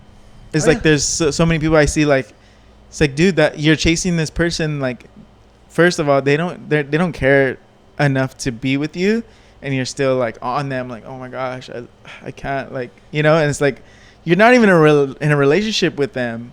You're just like that idea. You're like that fantasy, you know. You're so stuck on it that you think it's gonna become reality. But I think like again, going back to talking about my wife, I felt like she was everything that they weren't, and I was like, maybe this is what I needed all along.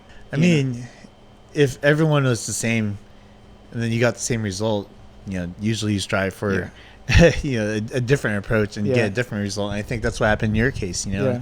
And it's hard to understand what your approach was wrong, because it's like you're in an echo chamber. Everyone's doing the same thing, right? And everyone's saying like that's how you should do it, but everyone's in failed relationships. So it's like, who do you listen to? Yeah. And then you find someone who stands out, and you try it out, and you're like, oh, this is foreign, and this kind of it's kind of a risk, right? And then you do it, and you're like, well, why does this feel like something that I've been waiting for so long? You know, this part of me that hasn't been fulfilled. Right. And like you got that from your wife, which is awesome. So I kind of want to ask you, aside from just the long distance, was being from different cultures like a struggle to overcome? Well, the language barrier with her parents, I would always think like, I don't know what they're thinking of me, you know? But like just Japanese culture in general, they like have like a lot of moral and like ethics, like the way they are like in society. Like when I went to Japan too, like even though I look different and stuff, like they're very kind, you know, and that's just how they are. And again, they're not vocal about like how they feel, but they show me that they care about me in different ways. Like for example, just a couple of weeks ago, I told my mother-in-law, I was like, because she's been helping us with the baby a lot, I was like, hey, just want you to know we love you. Like your granddaughter, she loves you so much. You know, we all love you. And she's like, okay, thank you. And like before I would have probably been hurt, but because I understand like how they are, it's okay. You know, like that's her response. Like it made her nervous, even me saying that. And then I look at my wife and she's like getting emotional, you know, because it's so intense, you know? Yeah. So I think that was like a big thing. It's like learning the nuance of how they are with each other and how I can approach them, and understanding that I can still be myself with them, but their response is still going to be how they are, you know? Yeah, and I think that's so important that you said that, because it's all about learning and understanding each other. You know, I think we're at a point in life where so many people want to connect, but they can't because they think there's only one way to do it. You know, and they're scared of connecting in different ways because it's so foreign. You know, for us to sit down and have this conversation, it doesn't need to be in a podcast form, you know. And even when Jocelyn hosted, you know, our friend Jocelyn, mutual friend, hosted a tea time where shout out Jocelyn. Shout out Jocelyn, where you basically just trauma dumped on each other. No, just kidding. But you know what I mean? It's so foreign to be open, you know. And I'm sure the reason why we all got together is because we felt like, okay, it's okay for us to talk about this in this setting, in this safe space. And it's crazy that it requires that now, almost, right? I'm sure there are certain people who've always had that, and that's great and that's amazing, but most of the time that's an outlier, right? Yeah. But for us to want that growth, like, people need to hear and listen more than ever. And you know, not to say the name of the fucking podcast or anything like that, like, so many of times we're not listening at all. Like, we're not here to listen. We're just here to get our point across. And I think that's why so many people are argumentative. You know, so many podcasts, so many like TV things is about drama. It's about conflict. It's not really about community. It's not really about building each other up. And I think that's why this. I understand why, because drama is entertaining and community building and positivity isn't as much, but it's also, I think, one of the most necessary things right now. Right now, yeah. You know, and so many people are fucking struggling, you know, and they need to hear some real shit, and people don't understand the content you consume actually consumes you. You know, and I'm not saying that in a good or bad way. It just depends on the content. Yeah. If you consume very positive content, it'll consume you in a good way, right? Yeah. And if you consume a lot of negative content, it's going to consume you in that way too. And, you know, you are what you eat. You are also what you consume, as far as, like, you know, what you download. It's huge. And, you know, my main point right now is, like, if we come from a place of understanding and try to talk to each other instead of just already prejudging someone and thinking you already know how they are, we would probably get along a lot better. And I think that's what we need more now, is just that community. Yeah. So thank you for sharing that, dude, because, like, in so many ways you're already doing that, and maybe you're not completely just vocalizing it, but that's what you're forming. That's what you're building through dance, you know, through your teaching, and dude, like, just being a director, taking a role of it as a leader. I think that's one of the biggest and first steps that anyone could do. So, dude, thank you for that, bro. Yeah, thank you. I appreciate that. Yeah, of course, dude. Like, in the past year, or this past 6 months, like, I've been getting a lot of people, like, affirming my mission, I guess. So I really appreciate you saying it. I know, like, a lot of people have a hard time doing that too. So I struggle with that. Yeah. So, like, even just, like, to express, like, your gratitude for what I'm doing, like, that just kind of, like, puts a stamp on, you know, a page in my life. Like, all right, you're good, next page, you know, kind of thing. Like, you can keep going. All right, so I have a couple questions for you. The first one is, what makes you uniquely you? I would say my ambition, I think, is very apparent. Everyone always tells me that, like, I'm so driven, like, even though I don't even feel that way sometimes. But I think looking back, and you know how we were talking about journaling, like, when I read my journal, I'm like, dang, like, I've really done a lot with my life that I can be proud of. And sometimes that, like, being ambitious can be bad too. But I think being able to identify my values and where to put that ambition has really led me to a very content life, you know. So even though I wouldn't say, like, I have a lot, but I have enough, and I think that's okay. And, like, being able to separate, like, you know, like Bob Marley's, like, like, when he talks about being rich, he's, like, saying, like, did you wake up this morning? You know, did you drink water? Whatever. Like, are you alive? You know, that's already rich. So, being ambitious enough to gain the things that I wanted to gain in my life but also be able to again identify that this is enough and like I'm happy with what I have. So sometimes again you can do too much and then push yourself over the edge, and like sometimes there's no returning that. I don't know. Like I don't like comparing because that can be toxic too, but it's something that I overcame, was like comparing a lot. Sometimes I'll think about it and it's like, nah, bro, chill out, you know? But like when I see people that have a lot, doesn't mean like that they're happy, you know? So I don't know their life. Yeah. So I can't even, that's disrespectful to them and to myself.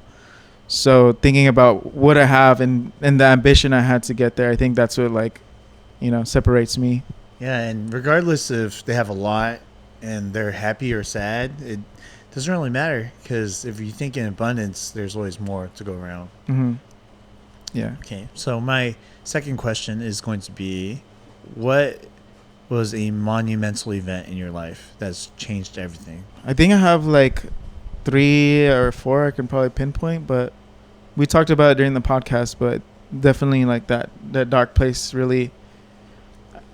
I want to say this to anybody that's feeling like they're in a dark place or feeling alone and feeling like they can't get out of it, that like when you see death in the face, like you don't really understand the feeling until you're there, but it's not fun. Like it's not what you want. Like this might sound very like too direct, maybe you might get pissed off at me, but if I have a loved one that's going through this, I would probably tell them to their face, like, you don't want to see that. Like, you know, it's like I don't know.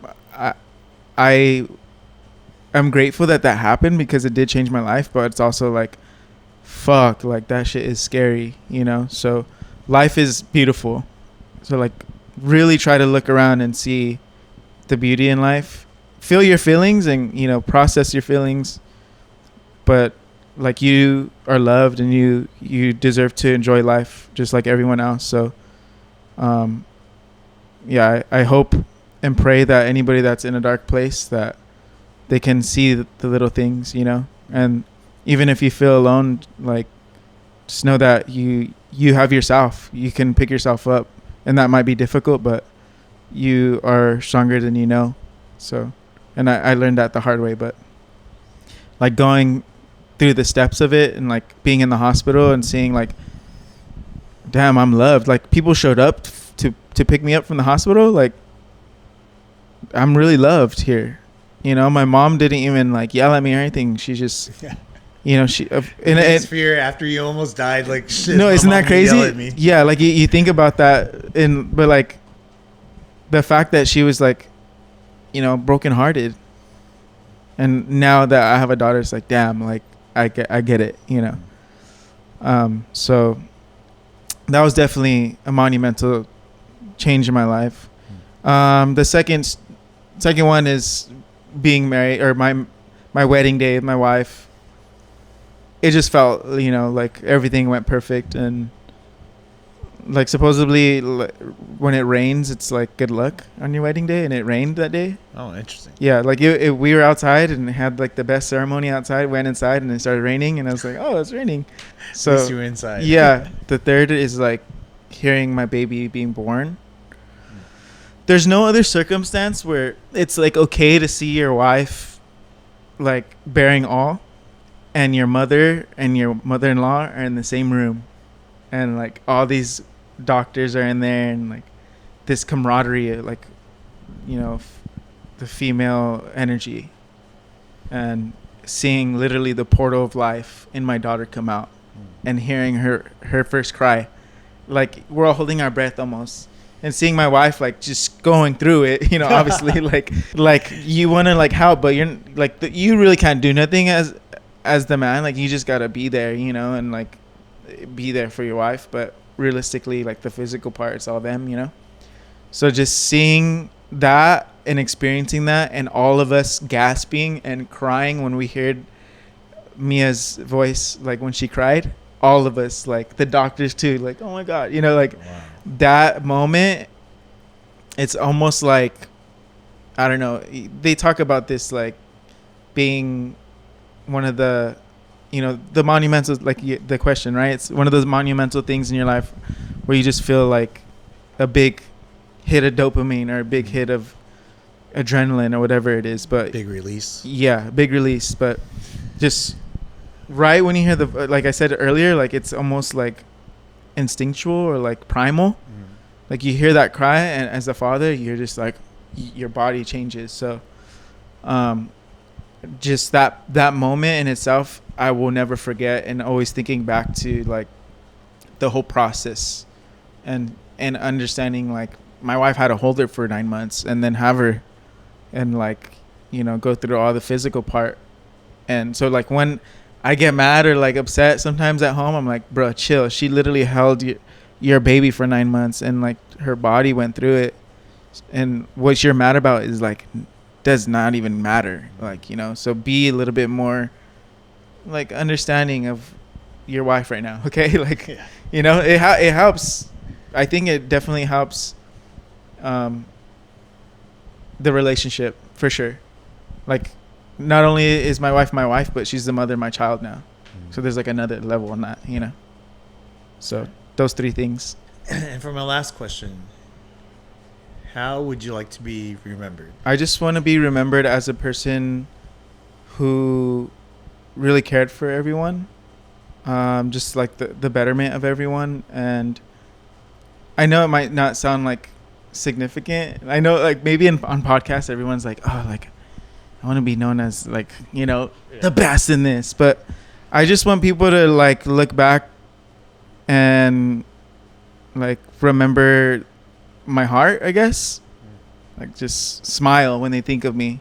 Because if I could do anything good in this lifetime, is to like make someone smile, make them feel seen, make them feel loved, I mean, I think that at the end of the day, that's what life's about, is like really learning how to love and learning how to accept love.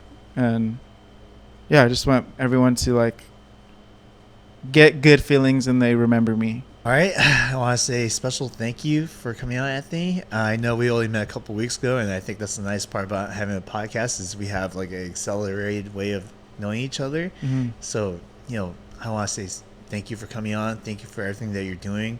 You're doing a great job, by the way. Thank you. I think you're going to be a great father. And, dude, keep it up, man. Like, we need more people like you, more leaders. I appreciate it. Yeah. Thank you, man. Yeah, thank you for having me. Of course. Yeah. And can you let the audience know where they can find you? Yeah, I have a podcast as well. It's called Community Love Podcast. There's not that many episodes, but we're working on it. I also am on Instagram at communitylove.co. The co stands for caring for others. And Anthony Ray is here to see all my dance stuff. And I want to say a special thank you for our audience listening all the way through. Make sure you subscribe, and comment below what you guys want us to talk about next time. And remember, live fast and eat ass.